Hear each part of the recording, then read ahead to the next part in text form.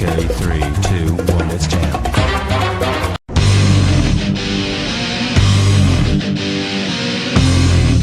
I will be here today to review a lovely and mediocre anime known as DanganRonpa, the animation, because it was once a game.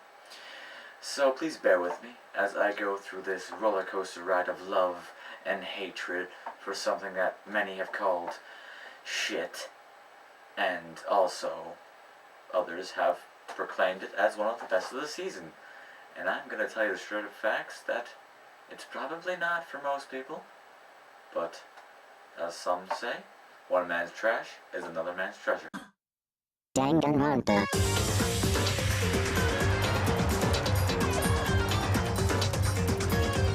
Well, 15 elite high school students are gathered at a very prestigious high school known as Host Peak Academy. Now, graduating means success in life, but graduating is very difficult.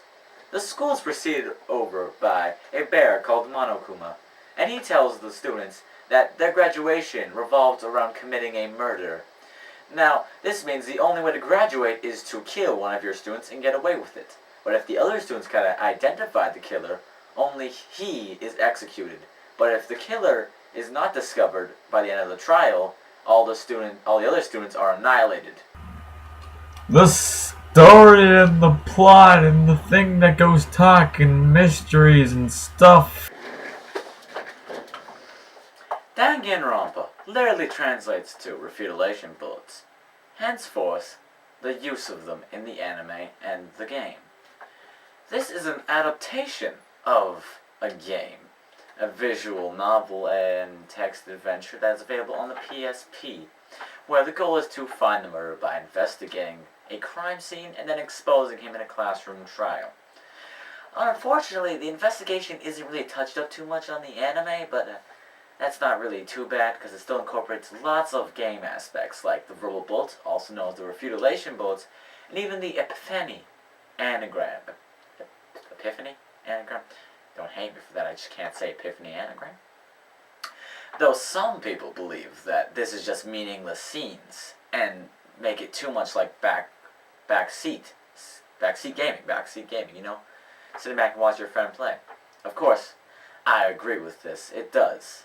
I'm not gonna lie. It does seem to just not make any sense. But of course, it's like a new feeling of interaction. That's really unique to this anime.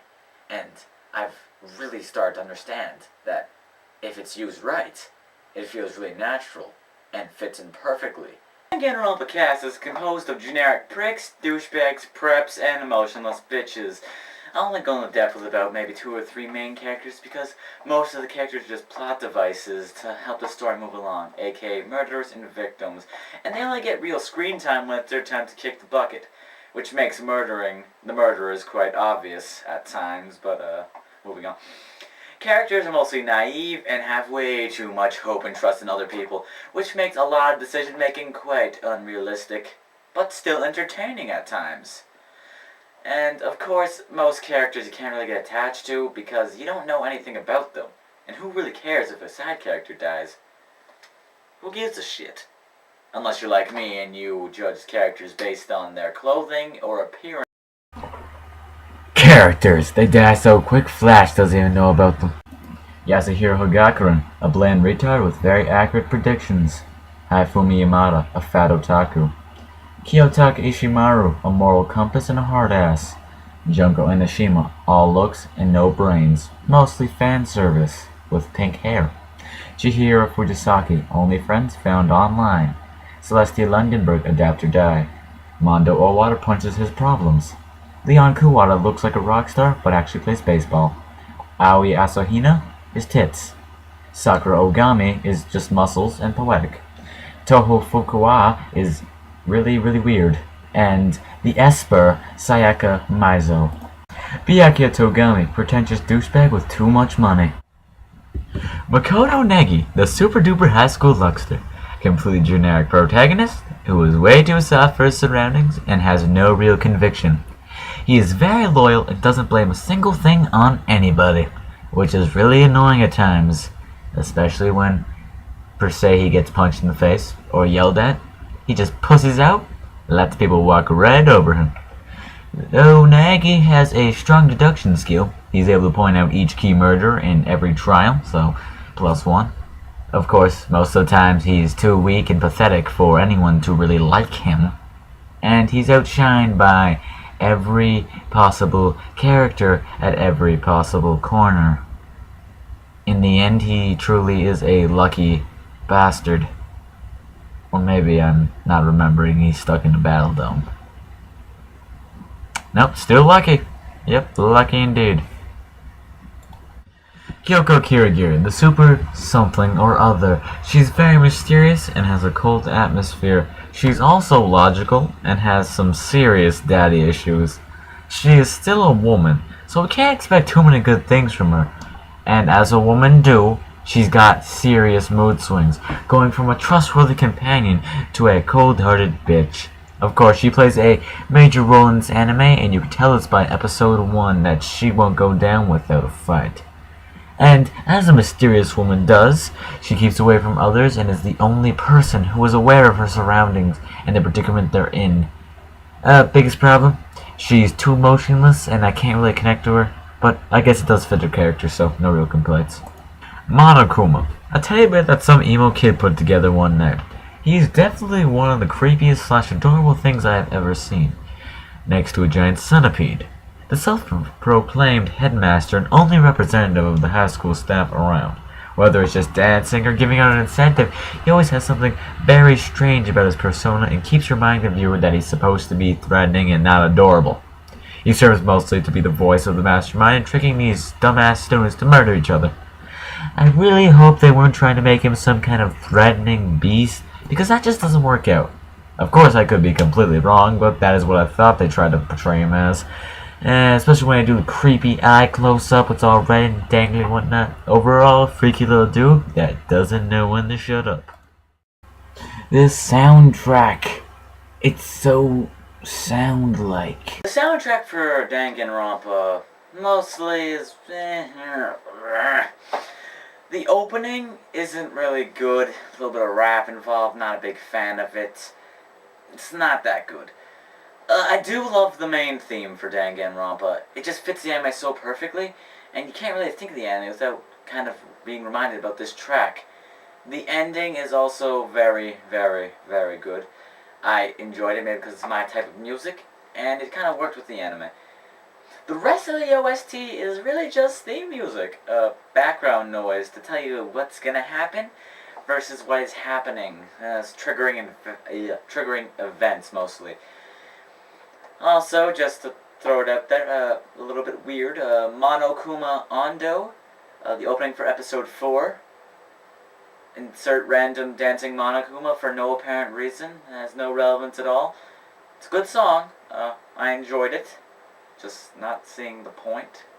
Overall, the soundtrack wasn't that good. Animation. This you. Small problem. Not too big or anything. But it is a little bit weird. For some odd reason, blood is pink in this anime. It doesn't seem to be unnatural because no actual anime character notices that, hey, that blood is pink, not red. We have pink blood and they don't even notice it. So it can't be a lighting choice. It's gotta be something to do with style. And I have looked into this a little bit, and further research concludes that having pink blood somehow lowers the rating. I guess because most text-adventure games don't do too good if they have, like, a mature rating. The animation of DanganRonpa is alright, not too shabby, but not spectacular. I do love the executions because it's so ironic and cruel. This paper-cut stop motion is new to me and it looks damn good. I personally haven't seen much of it anywhere, so I'm really liking how how they use it in this anime. It's surreal and it's like a nightmare type thing. For the most part, everything's decent, all around okay. I like to point out the fact that the character design is a little rigid at moments, and they don't always look like they're walking, more like they're moving on the spot, but every anime has that every once in a while. The character design is very peculiar. Everyone has something very distinctive about them, and it kind of either makes them look stupid, if it comes to hair or something like that, or it doesn't really add anything. I don't want to be too harsh because this has good animation. It's just sketchy. There is a large amount of lip flapping, but at most times it has good fluid motion. It's been like getting used to the pink blood style choice or to add effect, or to lower the rating is YOLO. I like DanganRonpa. Even with its shitty characters, its fast-paced style, and the censored executions, I still found it suspenseful, and I had attachments with some characters, so when they died, I was in a pretty bad mood. A lot of cases had curveballs, so that kept things interesting when times got rough. A lot of viewers could easily say it's boring, and that is true. If you've seen a lot of battle royales and really good murder mysteries, you probably won't get past the pink blood. This anime does have its faults. It's predictable. It's not a very good horror. The gamers always tell you how shit it is by revealing some stupid spoiler, and it doesn't really hit home to anyone. And then there is the other viewers. Those people who are so dumbfounded and immersed by this show that they throw the faults out the window and they don't even care. I lie in that category. This was the first of my murder mystery genres for the anime, so I was really into it. You need the right mindset to actually like this anime, and I was able to predict certain things, but that didn't affect the experience of it. I've recommended this anime to dozens of viewers, just because it caters to so many people, in the sense that it's got little fan service and some dope-ass foreshadowing. The grand mystery was done very well, marvelously if I do say so myself. There was a few glitches, but I guess that's not too much, because maybe they'll touch up on it on the sequel, Super DanganRonpa 2. DanganRonpa was a fairly well done anime with suspense and thrill and whatever you want to call this weird monokuma thing. Overall, 5.96. I recommend you watch it and play the game.